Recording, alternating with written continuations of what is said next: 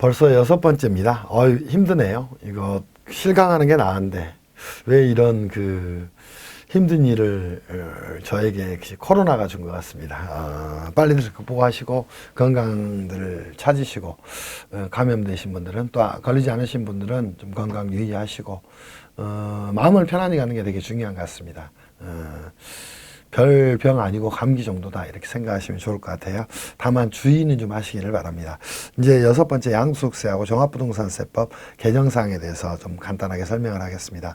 양도소득세는 기본적으로 우리가 이제 부동산 또는 부동산 등이라든가 또 뭐 있습니까? 주식이라든가 또는 파생상품에 대한 양도에서 발생한 소득을 과세해서 하는 소득세가 되겠죠. 그래서 양도소득세법이라는 법은 별도로 존재하지 않습니다. 다만 여러분들이 종합부동산세법은 별도로 존재하죠. 종합부동산세법은 기본적으로 지방세법의 재산세 있는 내용 중에 과세 대상을 토지의 소유라든가 또 주택의 소유로 한정을 해서 이제 그 보유자 또는 소유자에게 부담하는 국세가 되겠죠. 그래서 재산세와 항상 같이 움직인다는 사실을 생각을 하시면서 이쪽 부분은 크게 뭐 많이 우리가 개정된 내용이 존재하지 않습니다. 그래서 간단하게 좀 살펴보겠습니다. 양도소득세법 및 종합부동산세법 개정사항으로 한번 가보도록 할게요. 조정 대상 지역 내 등록 임대주택에 대한 1세대 1주택 비과세 요건에 거주 요건을 좀 추가를 좀 했습니다. 그래서 임대주택에 대해서도 이제는 등록 임대주택도 뭐 거주 요건을 충족을 해야 1세대 비과세가 적용되는 것으로 정리를 좀 했습니다. 그래서 지금은 조정 대상 지역 내에 있는 주택의 경우는 보유뿐만 아니라 거주 요건까지 추가가 돼야지 1세대 비과세가 적용이 된다. 이렇게 좀 생각을 해 놓으시면 되겠죠. 그래서 이 특례가 삭제된 게 가장 중요한 내용 중에 하나가 됩니다. 말씀드렸듯이 약간 이제 주택 임대소득에 대한 길을 열어준 게 커다란 실기였죠. 정책 실패였다고 볼 수도 있습니다. 그 부분들을 땜질하는 규정이 아닌가 싶다. 이렇게 정리를 합니다. 두 번째입니다. 1세대 양도소득세 비과세 적용 대상 부수토지의 범위를 좀 조정을 했습니다. 그래서 보시죠. 수도권하고 주거, 상업, 공업지역에서는 이제는 주택 정착 면적의 3배까지만 주택 부수토지로 인정을 하게 됐습니다. 이 부분이 이제 가장 큰 내용이 되겠죠. 그리고 녹지지역과 수도권 밖의 경우에는 5배 규정이 적용되는데 이 부분이 가장 중요한 내용 중에 하나일 거예요. 과거에는 이 부분에 대해서 부가세법 규정을 그대로 가져와서 작동을 했는데 이제는 이 부분에 대해서 뭐 하겠다. 과세를 좀 강화하겠다. 이렇게 정비를 좀 해 놓으시기를 바랍니다. 또 하나 조정 대상 지역 내 일시적 2주택 양도소득세 비과세 요건을 좀 강화를 시켰습니다. 자, 조정 대상 지역 내 일시적 2주택 전입 요건을 추가를 좀 했고요. 중복구 보유의 허용 기한을 좀 단축을 시켰습니다. 그래서 나머지 이제 신규 주택 취득 후 정전주택을 양도하는 경우에는 3년 이내에 역시 정전주택을 양도하는 경우에 양도세 비과세가 작동된 건 똑같습니다. 근데 나머지 내용이죠. 조정 대상 지역 내에서는 신규 주택 취득하고 나서 1년 이내에 전입을 해야 되고요. 1년 이내에 뭘 해야 됩니까? 종전주택을 양도해야지만 비과세가 적용되는 것으로 그죠? 규정을 굉장히 하드하게 운영하게끔 설정을 좀 했습니다. 이 부분 체크를 좀 하시면 될 것 같아요. 그리고 이제 고가 겸용주택의 주택과 주택 외 부분 과세를 좀 합리화했습니다. 고가 겸용주택의 경우에는 고가주택에 대한 판정을 할 때는 뭐예요? 그지? 주택 외 부분과 주택 부분 모두 합산해서 9억을 초과하게 되면 고가주택이 되게 됩니다. 그 부분은 현재와 똑같이 정리를 하는데 예전에 뭐였어요?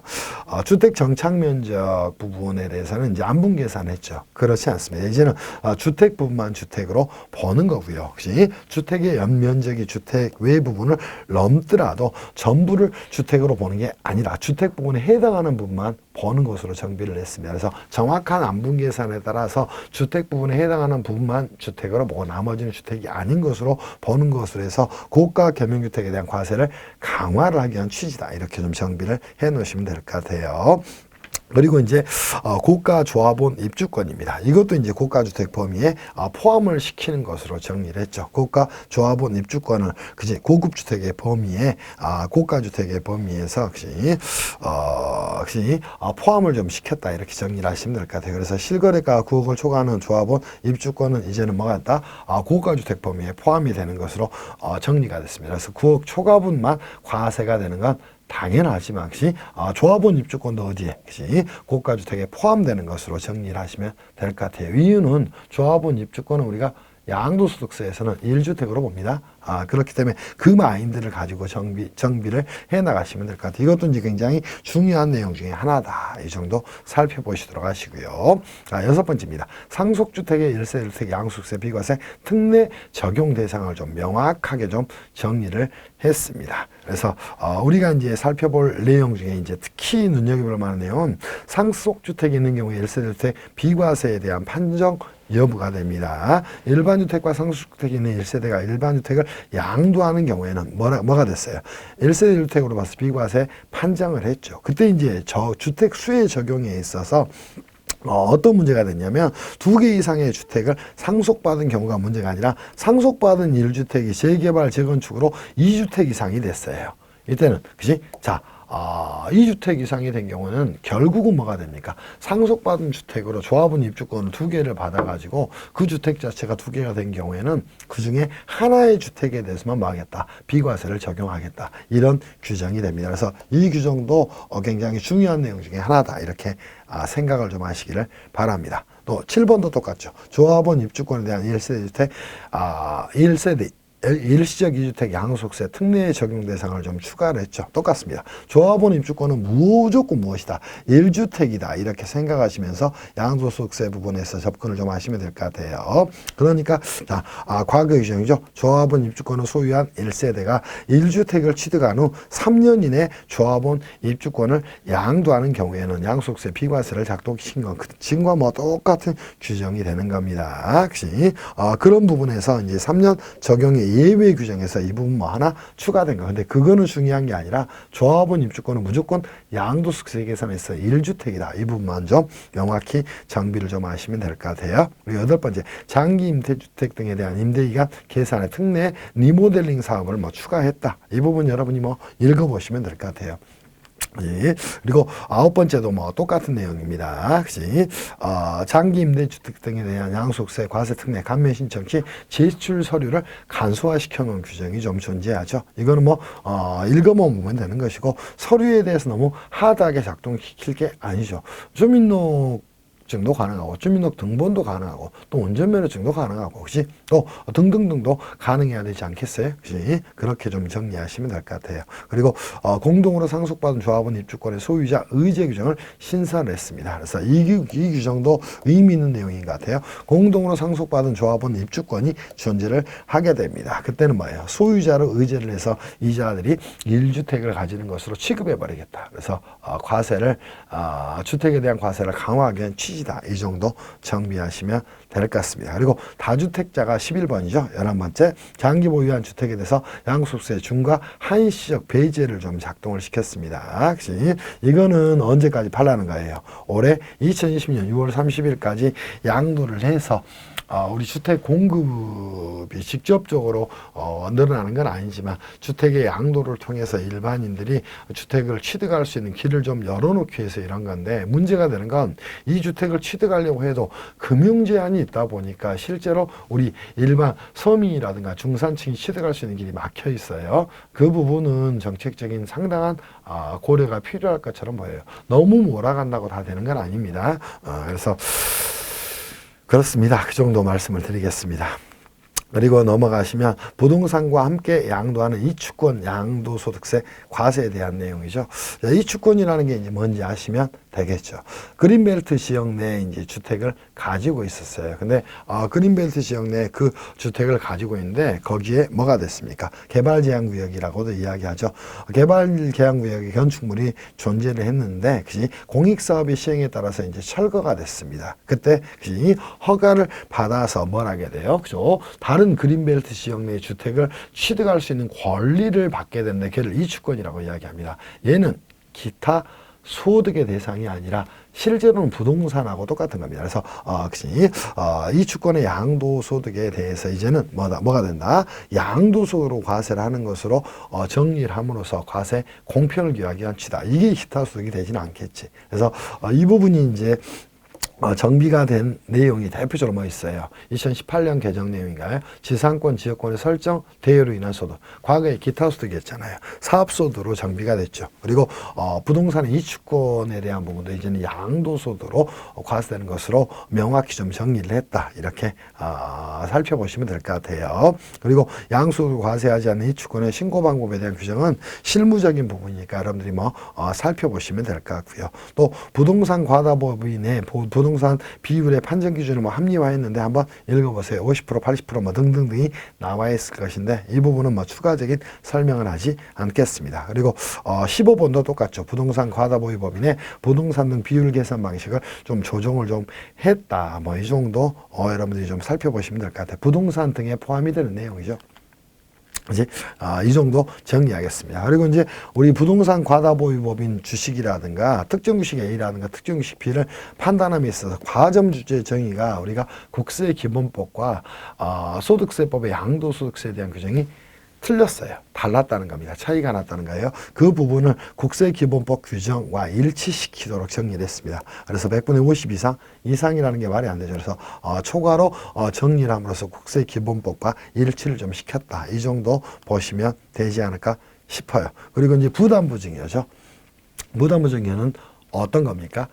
증여를 하는 거죠. 근데 채무 부담 조건의 증여를 뭐라고 얘기한다? 부담부증이다. 이렇게 이야기를 하게 됩니다. 그때 채무 인수분은 당연히 양도소득세 과세 대상이 되겠죠. 그리고 채무 인수분을 제외한 나머지 부분은 증여세 과세 대상이 됐을 거예요. 이때 부담부 증여 시 양도가액과 취득가액 산정에 있어서 양도가액을 기준시가로 했습니다. 그러면 당연히 대응의 원칙에 따라서 취득가액도 기준시가로 했어야 되는데 과거에는 순서 적용을 하도록 했습니다. 이거는 문제가 좀 있었던 규정이죠. 그래서 양도가액을 기준시가로 하는 경우에 취득가액도 이제는 기준시가로 하는 것으로 이루어나도록 정리를 했다. 이렇게 좀 정비를 좀 해놓으시기를 바랍니다. 그리고 양소득 필요비 계산에 합리적 보완 제도들이 들어왔습니다. 자, 우리가 이제 재해나 노후화 등으로 부득이한 사유로 건물을 재건축했어요. 그때 철거 비용 등도 이제는 필요금비에 포함되는 것으로 좀 정비를 해서 합리화를 좀 시켰다. 이 정도 보시면 되겠죠. 그리고 상속증여로 취득한 양도사전 취득가액 적용 방법에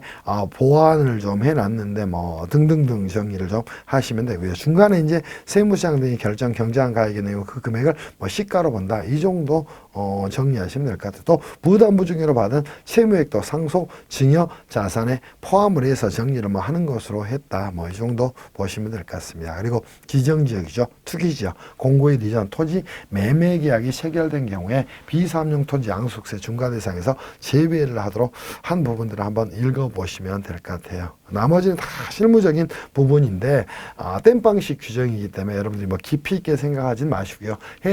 건이 해당되는 경우에 좀 정리하시면 될 것 같아요. 20번도 마찬가지 내용입니다. 21번도 재외국민이나 외국인의 부동산 등 양도신고 확인서 제출 의무의 규정을 좀 신설했네요. 토지 건물 등을 양도하는 재외국민이라든가 외국인이죠. 그런 경우에도 부동산 양도 신고 확인서를 제출하도록 강제를 했습니다. 이 정도 보시면 될 것 같아요. 대표적으로 재외국민은 영주권을 취득한 분들이죠. 대한민국의 국적은 여전히 가지고 있는 분들입니다.